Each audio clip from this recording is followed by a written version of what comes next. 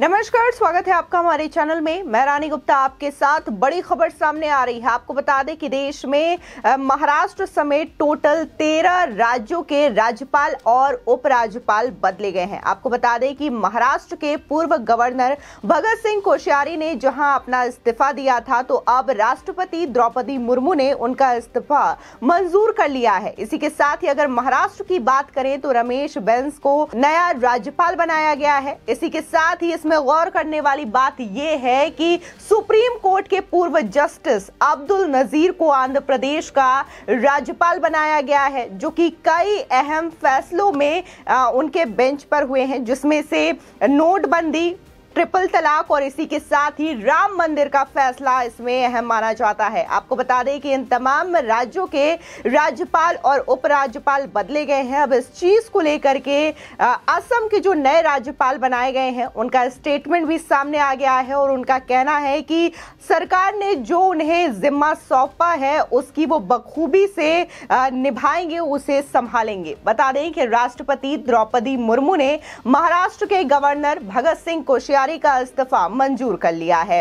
अब झारखंड के गवर्नर रमेश बैस महाराष्ट्र के नए राज्यपाल बनाए गए हैं। इसके अलावा 12 राज्यों में राज्यपाल और उपराज्यपाल बदले गए हैं। बता दें कि भगत सिंह कोश्यारी ने पिछले साल नवंबर में अमित शाह को चिट्ठी लिखकर अपने पद से इस्तीफा देने की इच्छा जाहिर की थी।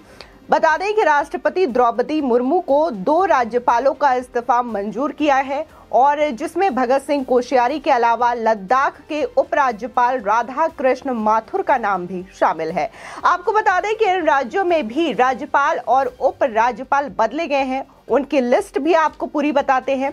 दरअसल अगर हम बात करें, लेफ्टिनेंट जनरल केवल त्रिविक्रम पटनायक जो कि अरुणाचल प्रदेश के नए राज्यपाल बनाए गए हैं। इसी के साथ ही लक्ष्मण प्रसाद आचार्य राज्यपाल सिक्किम के बनाए गए हैं। इसी के साथ ही सीपी राधाकृष्णन जो कि झारखंड के नए राज्यपाल बनाए गए हैं। गुलाब चंद कटारिया असम के नए राज्यपाल बनाए गए। शिव प्रसाद शुक्ला राज्यपाल बनाए गए हैं हिमाचल प्रदेश के।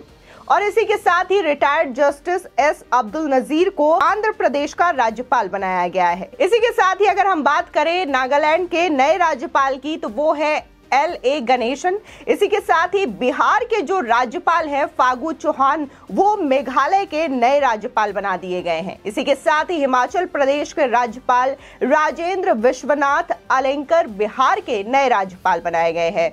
विश्वभूषण हरिचंदन राज्यपाल बनाए गए हैं छत्तीसगढ़ के, और छत्तीसगढ़ की राज्यपाल अनुसुईया उइके को मणिपुर के नए राज्यपाल बना दिया गया है। इसी के साथ ही जो असम के नए राज्यपाल बने हैं गुलाब चंद कटारिया, उनका भी अब स्टेटमेंट सामने आ चुका है और उनका कहना है कि पार्टी ने मुझे जब भी जो जिम्मेदारी दी है मैंने उसे मेहनत और क्षमता के साथ पूरा किया है। मुझे पार्टी ने 11 बार टिकट दे करके चुनाव लड़ने का मौका दिया। मुझे इस लायक समझा गया है तो मैं बिल्कुल उस पर खरा उतरने की कोशिश करूंगा।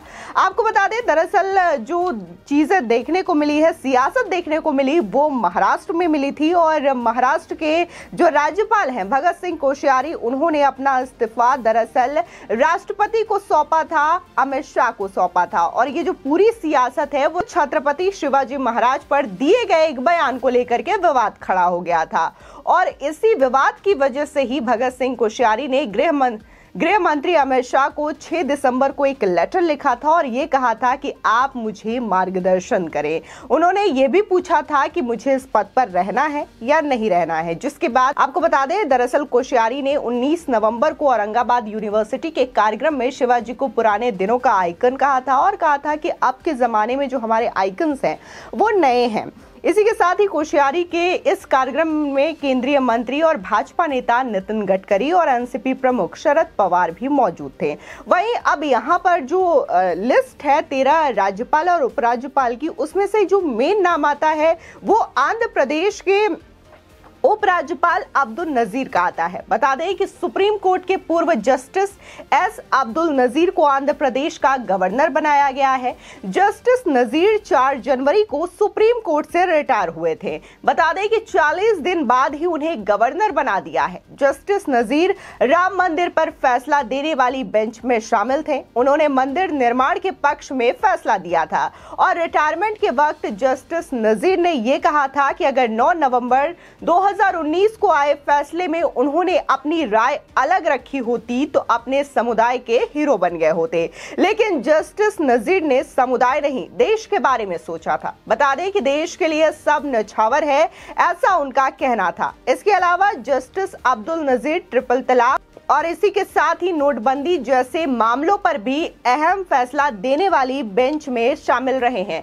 आपको बता दें कि ये जो 13 नाम है वो राष्ट्रपति के द्वारा फाइनल किए गए हैं और तमाम राज्यों के नए राज्यपाल और उपराज्यपाल बदल दिए गए हैं। इसमें से गौर करने वाली बात यह है कि जहां तमाम राज्यों के राज्यपाल और उपराज्यपाल द्रौपदी मुर्मू जो कि राष्ट्रपति हैं उन्होंने खुद बदले हैं, तो वहीं इन दोनों में से 2 ऐसे भी राज्यपाल और उपराज्यपाल रहे हैं जिन्होंने खुद से इस्तीफा दिया और उनका इस्तीफा राष्ट्रपति द्रौपदी मुर्मू के द्वारा मंजूर किया गया है, जिसमें से महाराष्ट्र के राज्यपाल भगत सिंह कोश्यारी और इसी के साथ ही लद्दाख के उपराज्यपाल का इस्तीफा भी राष्ट्रपति के द्वारा मंजूर किया गया है।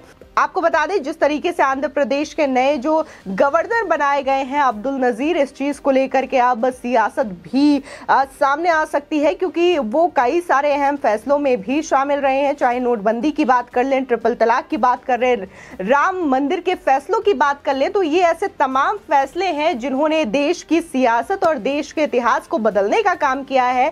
तो ऐसे में आंध्र प्रदेश का उन्हें गवर्नर बनाए जाने पर भी उनके स्टेटमेंट का लोग इंतजार कर रहे हैं। हालांकि जब उन्होंने स्टेटमेंट दिया था अपने राम मंदिर के फैसले को लेकर के, तो उन्होंने एक बात क्लियर कही थी और कहा था कि आज राम मंदिर का जो मैंने फैसला लिया है वो मैंने देश के हित में लिया है, मैंने समुदाय को देख करके नहीं लिया है। अगर यही फैसला मैंने अपने समुदाय को देख करके लिया होता तो आज मैं उनके लिए हीरो होता, लेकिन मैं अपने देश के लिए सब कुछ न्यौछावर कर सकता हूं। और ये जो फैसला लिया गया है 2019 में राम मंदिर का फैसला ऐतिहासिक फैसला है और इसे मैंने देश हित को देखते हुए लिया है। ऐसे में यह बहुत बड़ी बात हो जाती है और सुप्रीम कोर्ट के पूर्व जस्टिस अभी हाल ही में जनवरी में उन्हें रिटायर किया गया है और ठीक 40 दिन के बाद अब उन्हें गवर्नर बना दिया गया है, वो भी आंध्र प्रदेश का। इसी चीज को लेकर के अब जो द्रौपदी मुर्मू के द्वारा ये तमाम चीजें की गई है उसको लेकर के चर्चा हो रही है और फिलहाल अब्दुल नजीर के अलावा भगत सिंह कोश्यारी का भी जो इस्तीफा दिया गया है और उन्हें भी बदला गया है। अब इस चीज को लेकर के भी तमाम स्टेटमेंट सामने आ रहे हैं, तमाम तरीके की राजनीति शुरू हो चुकी है। तो देखने वाली दिलचस्प बात होगी कि आखिर इन सब तमाम चीजों पर लोगों का रिएक्शन क्या आता है और किस तरीके से इसकी सराहना की जाती है। फिलहाल इस खबर को लेकर के आपकी क्या राय है हमारे कॉमेंट सेक्शन में जरूर बताएं। आगे की और भी अपडेट के लिए चैनल को सब्सक्राइब करना ना भूलें।